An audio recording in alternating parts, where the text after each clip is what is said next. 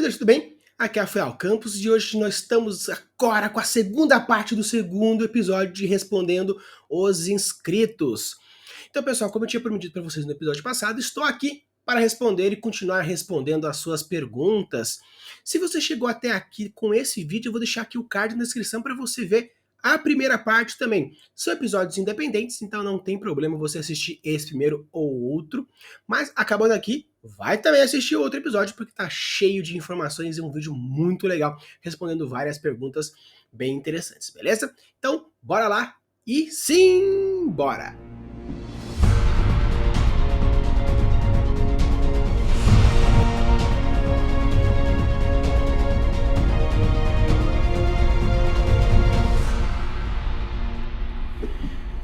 Pergunta número 1 de Marcel Teshima. Discorra sucintamente sobre o fantástico mundo de Bob. Uma coisa interessante é que essa pergunta especificamente eu sei de quem é. É um amigo meu de infância e ele mandou essa pergunta para dar uma zoada, mas é uma coisa bem interessante porque existe muitas coisas legais que a gente pode tirar de informação e conhecimento do mundo de Bob.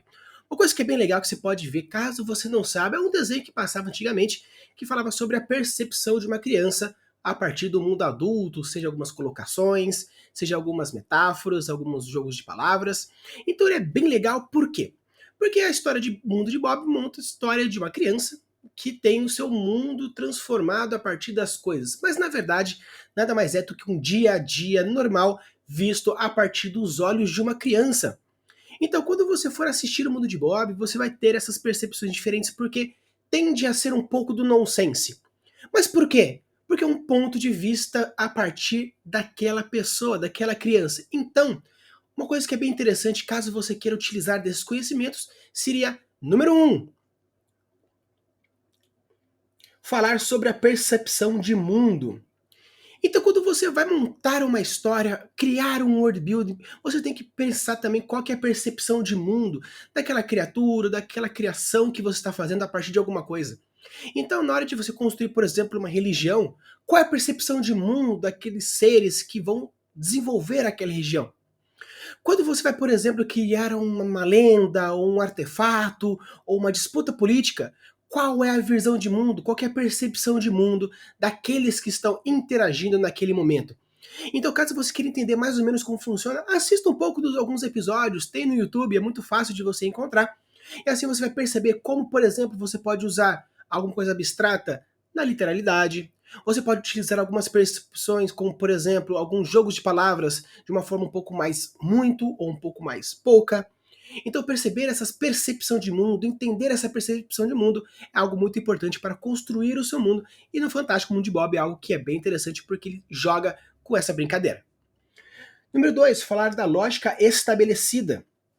Como foi falado, o Fantástico Mundo de Bob é uma visão de uma criança pequena a partir do mundo.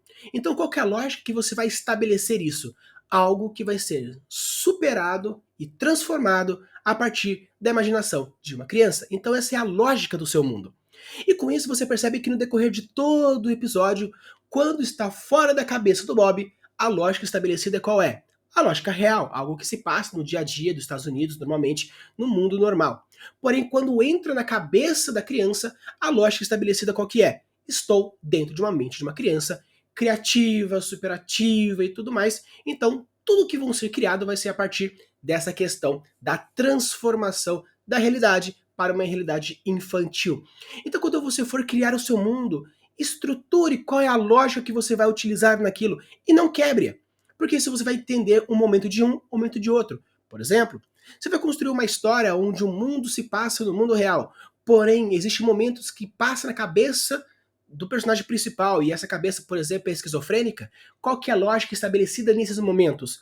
Uma lógica diferente. Então, quando você for construir também, por exemplo, vou construir um mundo totalmente fantástico, qual que é a lógica que você vai estabelecer quanto a isso? Mágica é proibida, não é proibida? A gravidade é invertida? De dia à noite é invertido? Como que vai ser? Estipule a sua lógica, siga e assim você vai construir um mundo bem mais forte, mesmo que exista uma questão de nonsense. Por quê? A lógica que você estabeleceu vai ser essa. Esse ponto, esse ponto, esse ponto. Então a pessoa vai entrando na imersão, vai entrando nessa bolha e com isso vai deixando o seu mundo muito mais realista, apesar de ser algo muito fora da realidade. E número 3, Genius Loci. Então, pessoal, como eu falo para vocês, repito bastante, Genius Loci é a essência. E qual que é a essência do Fantástico Mundo de Bob? Algo de entretenimento para a criança e para o adulto que está junto com a criança. Então, qual que é a essência desse desenho? Algo de entretenimento para com a criança e algo que o adulto ele pode ver e falar assim, poxa, que interessante, então é assim que o meu filho vê o mundo, ou me vê, ou vê a realidade que ele está em volta. Então ele pode ser utilizado tanto como aprendizagem para o grande e o entretenimento para o pequeno. Entender essa essência a partir do público-alvo que você quer construir o seu mundo. Então, apesar de ter sido uma brincadeira, onde o Marcel quis colocar uma zoeira aqui, é algo que você pode utilizar muito bem e muito bem estruturado. Algumas coisas que já estão na mídia, alguns conhecimentos utilizados nesse desenho e agora dentro do seu Word Builder fantástico. Pergunta número 2 de @KGCOficial. Quais são os melhores lugares na internet para pegar exemplos e inspirações visuais de ambientes, biomas e cenários para utilização do Word Building? Então, pessoal, eu decidi mandar uma mensagem para o meu editor aqui no WhatsApp porque seria mais fácil para ele me ajudar a responder, já que ele é um ilustrador também, né? Bem, os primeiros sites que me vêm à mente são as redes sociais como o Twitter, Instagram e o VK, que é um site russo. Mas para quem não está ali inteirado completamente no meio artístico, encontrar desenhistas se torna uma tarefa um pouco mais complicada, principalmente porque não vem, é um pouco mais difícil de achar. Aí, entre esses dois sites, é bem conhecido também tem o Pinterest, né, que qualquer imagem material à sua disposição, mas também tem aquela questão lá dos perfis e outros pontos a mais. Outro é o ArtStation, que é um site conhecido dentro da comunidade artística porque é um portfólio gratuito e ele também indicou um aplicativo chamado Dream by Wombo para Android e iOS, que é uma inteligência artificial que cria imagens de acordo com a descrição que você queira utilizar a partir das suas algumas hashtags e algumas indicações. Então, pessoal, vamos falar um pouquinho sobre esses sites, né? Obviamente é bem comum o Pinterest, o Deviante, o ArtStation, mas aqui fica um pouco mais fácil para a gente falar um pouquinho, considerando então alguns pontos importantes. Como nós temos, por exemplo, aqui, que eu estou colocando aqui do lado para vocês, que é o Deviante, né? Que é um site de artistas, dos pontos gerais, mas quando a gente for procurar, eu estou aqui, por exemplo, no perfil da Skya, que quando você joga, por exemplo, algumas palavras-chave importantes, principalmente scenery, landscape, environment, você consegue achar alguns artistas que têm esse perfil. E com isso você pode ver que tem aí diversos pontos. Nós temos aqui diversas artes, tanto principalmente medievais, mas temos aqui também coisa um pouco mais sci-fi, alguma coisa um pouco mais referenciada.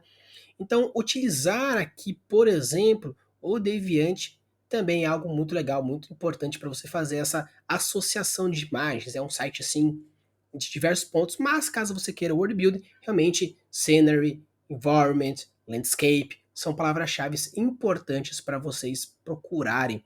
O Pinterest também serve da mesma forma porque tem toda essa questão de arte que seria interessante. Também o Gael sugeriu o ArtStation, então eu tô trazendo aqui também o ArtStation de um artista que particularmente eu gosto bastante, que é o Terry.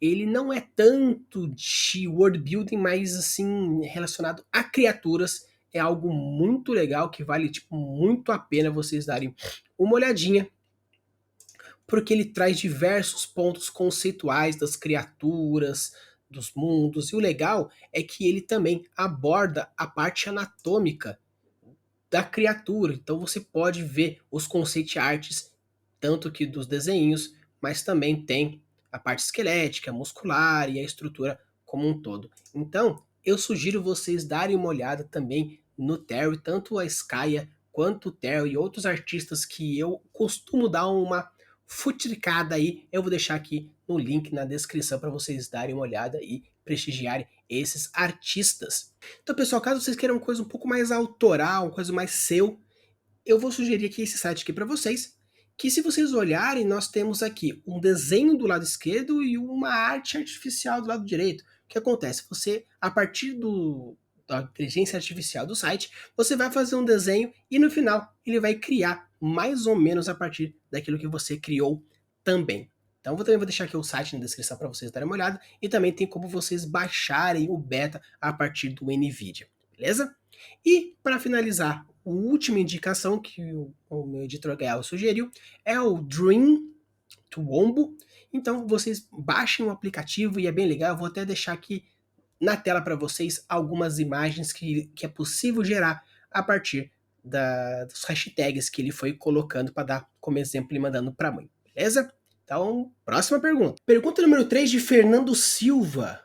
Como trazer elementos musicais de forma interessante para o world building?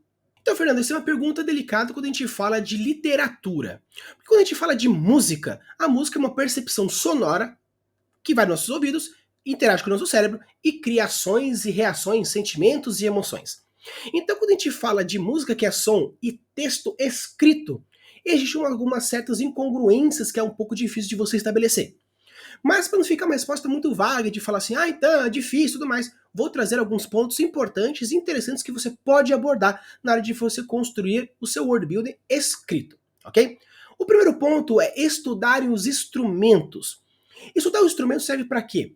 Para você entender qual é a relação sonora. É um instrumento um pouco mais grave, um pouco mais agudo, é de corda, é de percussão, qual que é o tipo de música estruturado por esses instrumentos, conhecer um pouco da cultura dele, um pouco do som, um pouco da regionalidade, onde é usado. Entender como funcionam alguns instrumentos é interessante para quê? Para você conseguir referenciar, por exemplo, os sons dos tambores gritavam e assim por diante.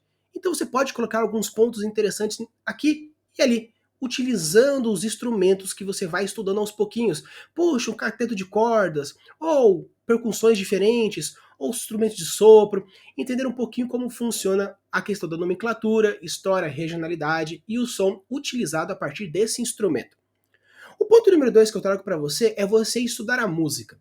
Estudar a música é algo muito complexo, seria tipo você fazer uma faculdade de música, então seria algo surreal. Mas quando eu falo para você estudar a música, eu estou dizendo para você ouvir músicas diferentes.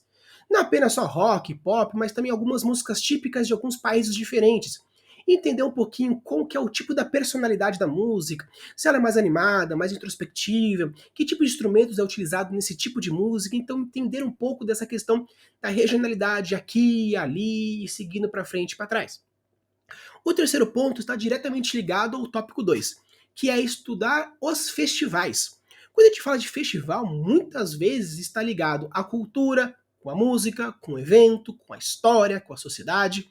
Então, ver como são os instrumentos utilizados em festivais A, em festivais B, na cultura A, na cultura B, porque fazendo essas associações, você vai entender, então eu posso construir um festival assim, onde vai ter um grupo de tambores que vão tocando enquanto o rei está chegando, aí tem uns trompetes tocando ao fundo. Então você pode utilizar desses conhecimentos que você já teve com o som do instrumento no tópico 1, já sabe mais ou menos quais são os tipos de músicas que podem ser colocados dependendo da regionalidade no tópico 2, e o tópico 3 será o momento de você juntar tudo isso e ver como que você vai construir dessa forma, ok? Quando a gente fala de RPG e de jogo, é algo muito mais fácil, porque além desses 3 pontos poderem ser colocados, você pode colocar isso na prática, colocando o som propriamente dito para ambientalizar na sessão ou no jogo, beleza? Vou dar um exemplo um pouco prático para você entender mais ou menos o que eu estou querendo dizer. Eu tenho 2 histórias. Eu tenho um conto chamado Autópsia de Ninguém, onde o legista ele escuta a música clássica enquanto vai abrindo o corpo.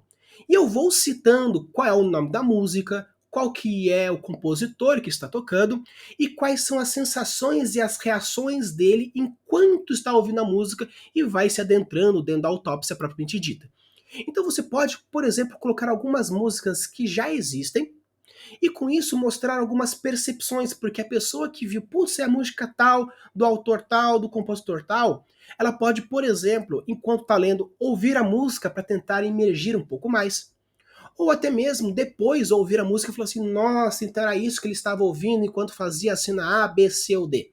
Então você pode sim colocar a música também na história para entender e fazer essa ambientalização, caso a pessoa se interesse, e atrás para ouvir essa música também. E eu estou escrevendo um livro, uma noveleta, que no capítulo 1 da história eu coloco um festival mais ou menos baseado na cultura árabe, mais ou menos na questão da dança do ventre, e eu coloco os instrumentos utilizados nesse tipo de dança. Eu coloco quais são os tambores utilizados, quais são os instrumentos de sopro utilizados, os instrumentos de corda utilizados. Por quê? Porque assim eu já coloco o nome do instrumento, mais ou menos o tipo de som que ele vai colocando, e com isso a pessoa já pode já entendendo qualquer coisa, depois que acabar o capítulo, ou caso seja necessário, ela vai, pesquisa, vê qual que é o nome do instrumento, vê qual que é o tipo, procura no YouTube qual é o tipo de som, e com isso ela vai entendendo, e na próxima vez que esse instrumento aparecer, ela já vai ter uma noção muito maior, caso ela já não tenha essa noção anteriormente. Beleza? Então esses são os 3 tópicos importantes que eu trago para você conseguir colocar música no seu world building. Estudar instrumentos, estudar a música, estudar os festivais, para que isso você faça essas relações. Beleza? Mas Fernando, não se preocupe, porque eu já agendei uma entrevista para eu conversar com um músico que também é escritor.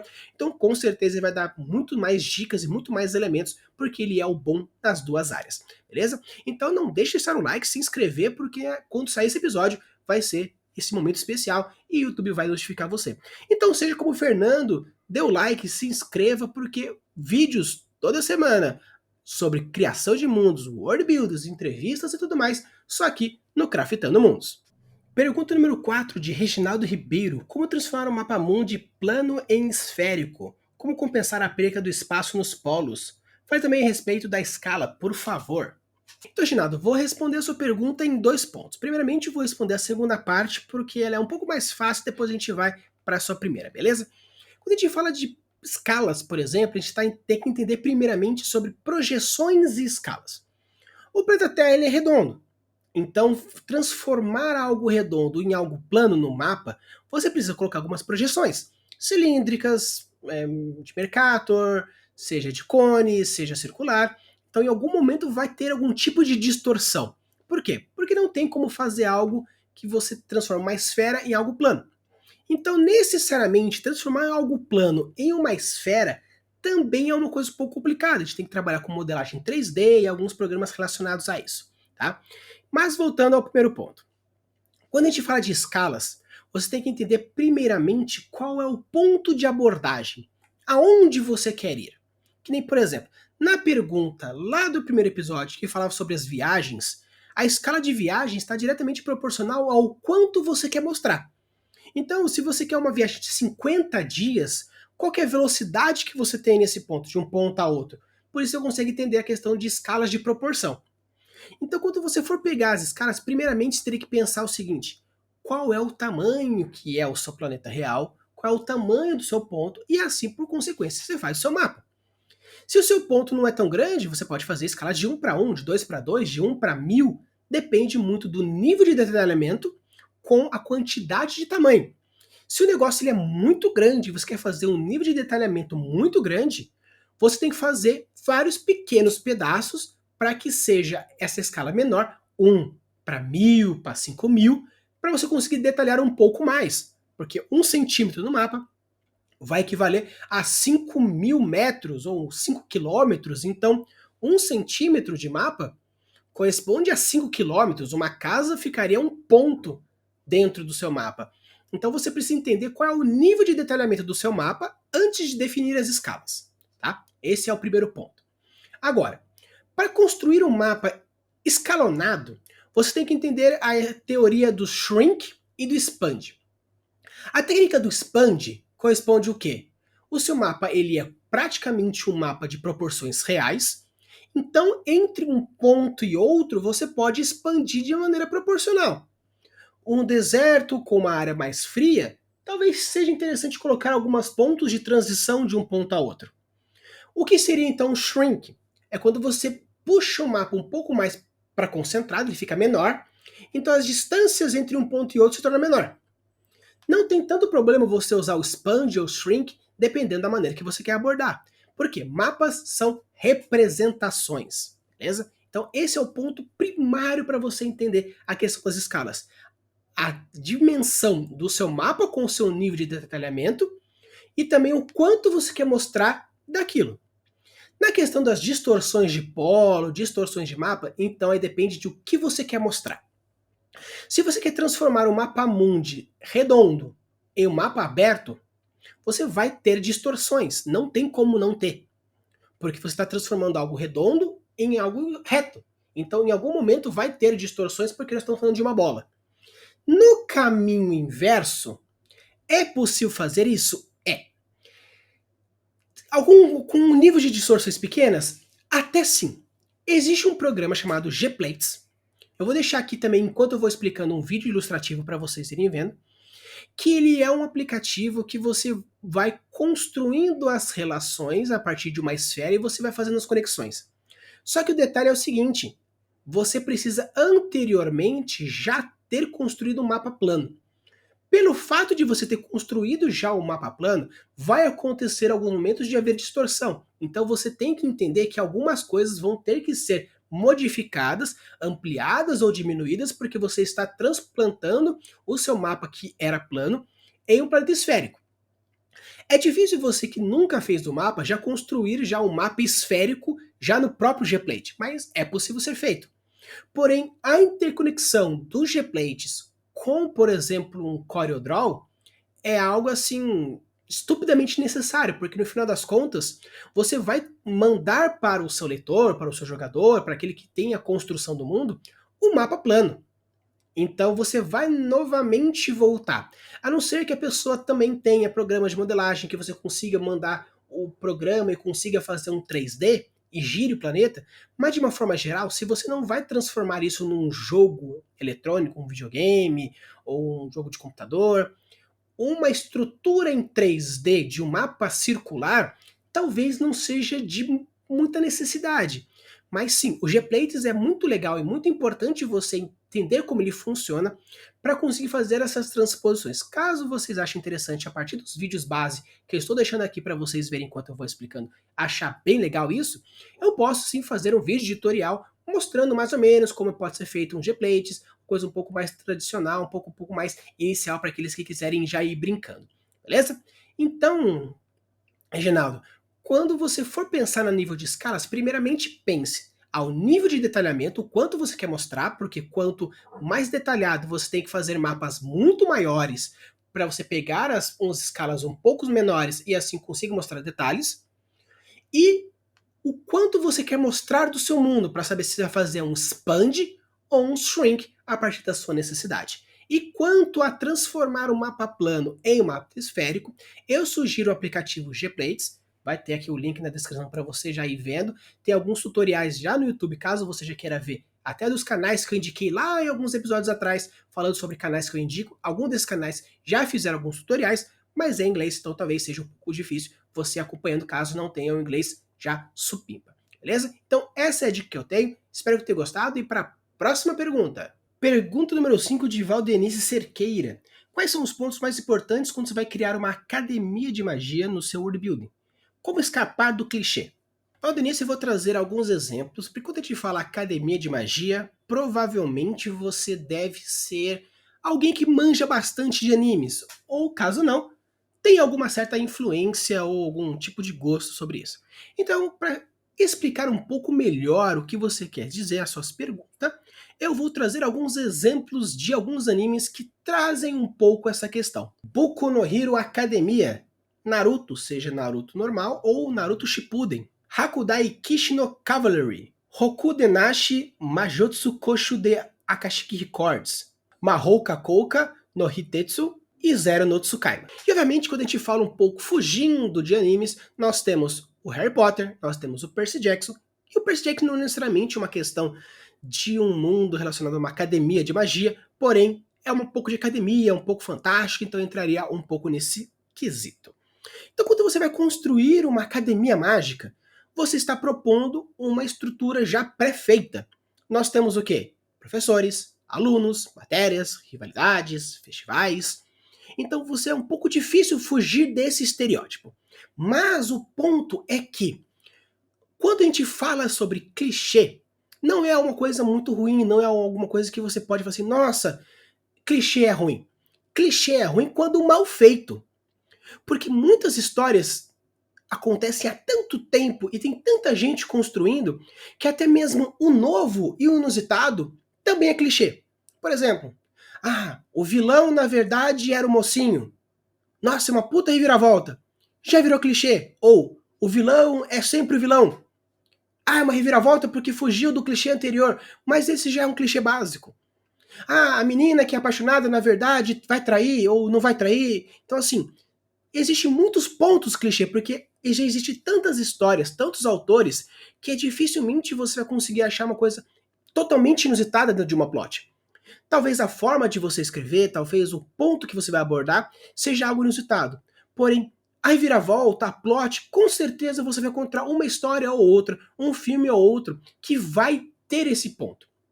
Então, o importante de fugir do clichê não é fugir do clichê propriamente dito. É você abraçar o clichê sabendo, é uma história clichê, mas tem um diferencial. Qual que é? World building, personagem, a história, plots, reviravoltas. Todos esses animes que eu tratei aqui no começo dessa pergunta, fala sobre uma escola, mas, por exemplo, Naruto, ele começa numa questão de escolar muito nos primeiros episódios, depois cada protagonista vai pro seu canto. E eles vão evoluindo do seu jeito e a escola ficou algo secundário, algo só no começo, com uma disputa de nível, disputa de missões e assim por diante. Todos os outros animes que eu trouxe aqui tem realmente escola, festival e tudo mais e tal. Mas quais são os pontos? Um é uma escola de cavaleiros mágicos, outro é uma escola de mescla de poderes, Boku no Hero, que é uma escola de heróis. Então você pode, primeiramente, quando falar sobre uma escola de magia, você pega os pontos que você quer abordar, intensifica e vê qual que é o genius loci, qual é a essência, qual é a mensagem que você quer trazer. Então, para construir uma academia, o que, que eu sugiro que você faça? Primeiramente, deixar muito bem estipulado qual é o sistema mágico que você vai utilizar. Pesado, suave, nebuloso, racional, qual dos 4 tipos você vai utilizar e qual a mescla que você vai fazer. Depois que você estipular muito bem isso, você vai colocar bem na sua cabeça quais são as evoluções disso, para a gente deixar muito claro qual que é um aluno de primeiro ano, segundo ano, terceiro ano, quarto ano, ou quantos anos seja. Então existem diversos pontos que você pode abordar. Professores, matérias, objetivos, conclusões. Isso são os mais importantes, porque a academia de magia ela já está feita. Você já tem vários exemplos que você pode pegar. Por exemplo, o meu romance que eu estou escrevendo já faz um tempo, e por ele ser um pouco grande, tá demorando um pouco para sair, também fala de uma academia de magia. Só que ao invés de ser uma academia necessariamente de magia, é uma academia de criação de heróis para lutar contra monstros mitológicos. Eu não vou dar muitas informações porque eu quero que vocês leiam futuramente. Mas já está estipulado quantos anos tem, quais são os professores, quais são as matérias, quais são o objetivo de cada coisa, quais vão ser os rivais, qual vai ser as turmas, e tudo isso já foi criado. Mas vai cair no clichê? Não, porque a plot que vai rolar é algo que vai ser bem estipulado. Você pode colocar, por exemplo, que a academia seja o ponto principal. Mostrar o cotidiano do seu mundo, mostrar como é evoluído, mostrar o que a gente chama de, no mundo dos animes, um slice of life. Um pedaço da vida. O pedaço da vida da pessoa naquele período histórico. 1 ano, 2 anos, 3 anos do ensino médio, ou, por exemplo, uma época de férias de verão. Qual vai ser o tempo estipulado? Qual vai ser essa questão? Ou você pode colocar que esse mundo de academia, de magia, seja alguma coisa secundária. Por exemplo, o Zero no Tsukaima tem sim a questão da escola, que é uma escola de magia, mas o ponto principal é a guerra que está acontecendo no reino vizinho. E você vai ter toda a transposição dos personagens para lá, acontece a guerra e tudo mais e tal. Onde os primeiros episódios é uma academia de magia para explicar um pouco do mundo, porém se torna totalmente secundário e vai para a guerra. Então, primeiramente, você precisa saber qual é o ponto principal da sua história. Vai ser academia ou a academia vai ser algo secundário? Sendo um, sendo outro, estipule quais são as essências de cada um. E com isso você vai estipular algo muito mais poderoso, que é sair do clichê e criar o ponto. Ou simplesmente abraçar a ideia clichê, mas transformá-la algo em algo autoral, que com certeza vai ser um diferencial do seu mundo para com os outros. Pergunta número 6 de Constantina Assunção. Como desenvolver plantas venenosas que sejam realistas no world building? E como estipular a potência desse veneno e seus sintomas? Então, Constantina, para responder a sua pergunta, primeiramente eu queria dizer que botânica e farmacologia é algo bem complexo que numa resposta de 6 minutos, 7, 10 no máximo, seria um pouco difícil explicar todos os aspectos importantes.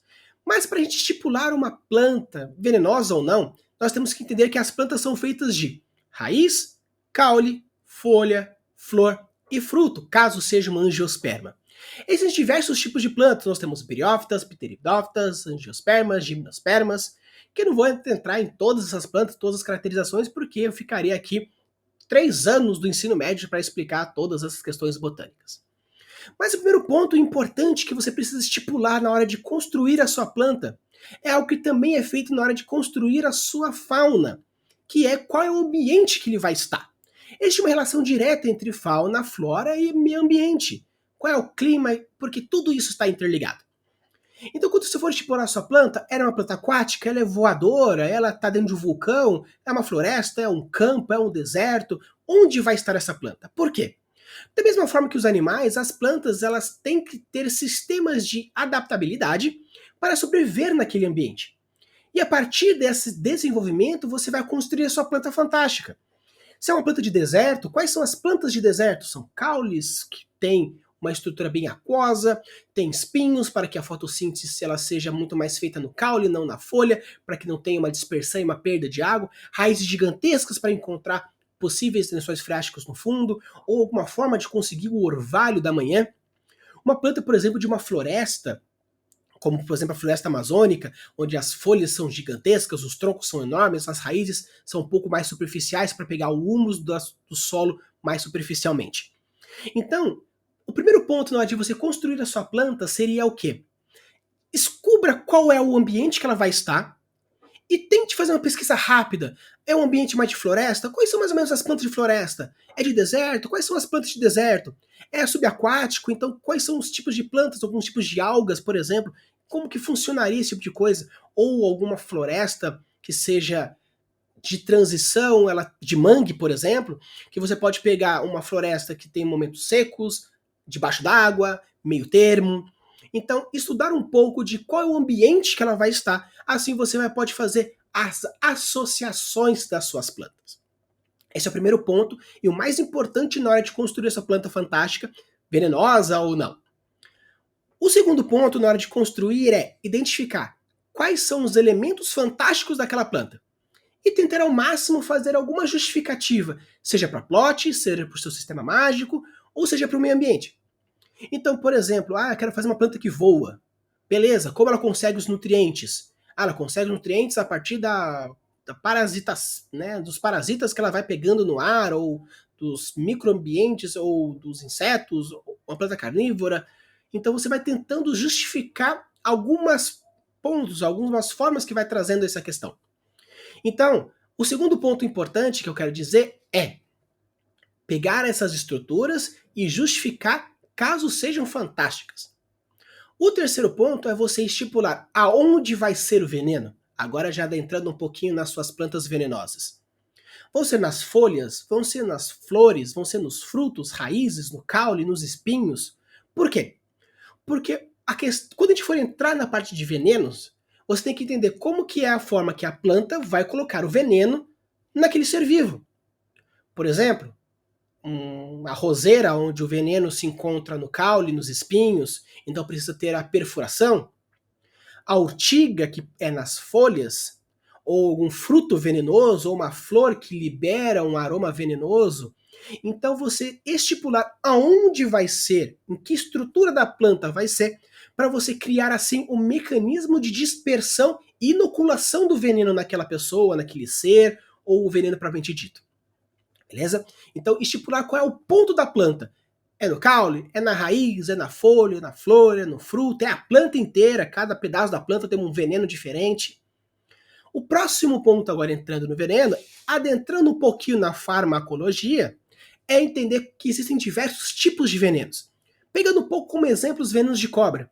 Nós temos venenos proteolíticos, que são venenos que dissolvem as proteínas do corpo, então dissolve músculo, dissolve pele.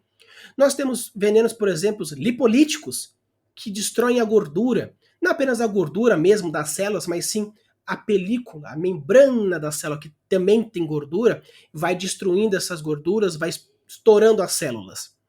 Temos, por exemplo, nucleolíticos, acidolíticos, ou seja, aonde o veneno vai atuar?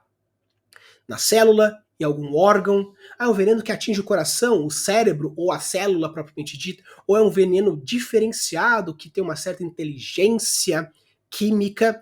a partir do seu mundo fantástico. Então, o importante não é sim necessariamente desenvolver a potência e os sintomas, mas sim entender como ela vai agir. Quando eu falei no episódio que eu disse sobre criação de uma doença, eu já falei um pouquinho sobre como estipular os sintomas. E trazendo para cá, mas se quiser também vai lá assistir o vídeo que também vai ajudar bastante nessa questão, porque é o vídeo inteiro explicando sobre isso. Para estipular os sintomas, basicamente o sintoma é o reflexo da ação no corpo. O sintoma de tosse, por quê? Porque o pulmão foi atingido. Um sintoma de coriza é porque o nariz foi atingido. Uma cãibra, o músculo foi atingido. Então, uma convulsão, o cérebro foi atingido. Então, os sintomas nada mais é do que a reação de algo que está acontecendo no corpo que não é normal. Então, você estipular aonde vai ser o veneno e como ele vai atingir, já vai atingir necessariamente e vai explicar qual é o seu sintoma. Beleza? Então, esse aí, eu espero que vocês tenham gostado. Eu tive um trabalhão para pesquisar sobre todos os elementos. Infelizmente, nesse episódio, não consegui trazer muitos convidados, eu só consegui trazer algumas referências, mas eu espero que vocês gostem e porque foi muito prazeroso. Eu já deixei quando saiu o primeiro episódio, falando um pouco sobre as primeiras perguntas, lá a caixinha para vocês colocarem as suas perguntas para o episódio 3, 4, 5 e assim por diante. Beleza? Deixe aqui nos comentários alguma dúvida, alguma coisa, ponto específico, ou vai falar comigo lá no Instagram, ou melhor, vai falar lá comigo no Discord, porque a gente vai conseguir trocar de uma maneira muito melhor. Use e abuse das suas criações e deixe seus mundos cada vez mais incríveis. Valeu!